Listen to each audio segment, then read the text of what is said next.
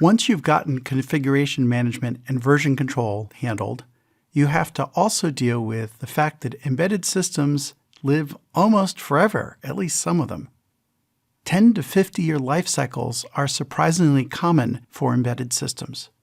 As an example, the Sage air defense system, which was built with vacuum tubes, started in 1954, deployed in 1963, had 500,000 lines of code, and operated for another 20 years.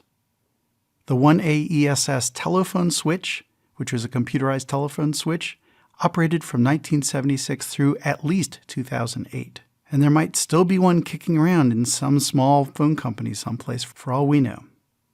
Aircraft can easily operate for 25 to 30 years, sometimes up to 50 years. Eventually, they get new computer systems, but old computers can last a really long time before being replaced in those systems.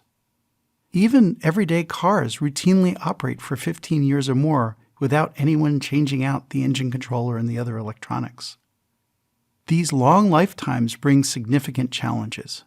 In addition to maintaining software that's 15 or 20 or 30 years old, you have to consider disaster recovery.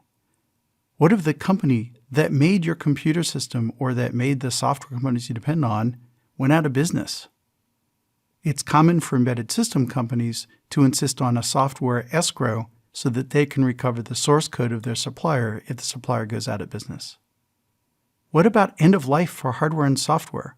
What if support for your operating system is ended and you no longer get security patches? What's your plan for that? What if you want to add new services to an existing platform and it runs out of steam? Do you have to buy all new hardware for all your customers so you can add the new services? And what do you do about security if you have trouble updating all the systems in the field? If you have a short-lived system like consumer electronics, it's easy enough to say, we'll make all of them the same, we'll keep all the software up to date, and when that gets too hard, we'll just brick them and tell the consumers to buy new ones. That approach might work okay for semi-disposable consumer electronics, but it doesn't work so well for airplanes and cars and high-value systems that are supposed to last a long time. You have to deal with realities such as the original hardware at some point can't be upgraded because the memory's full and the CPU is 100%.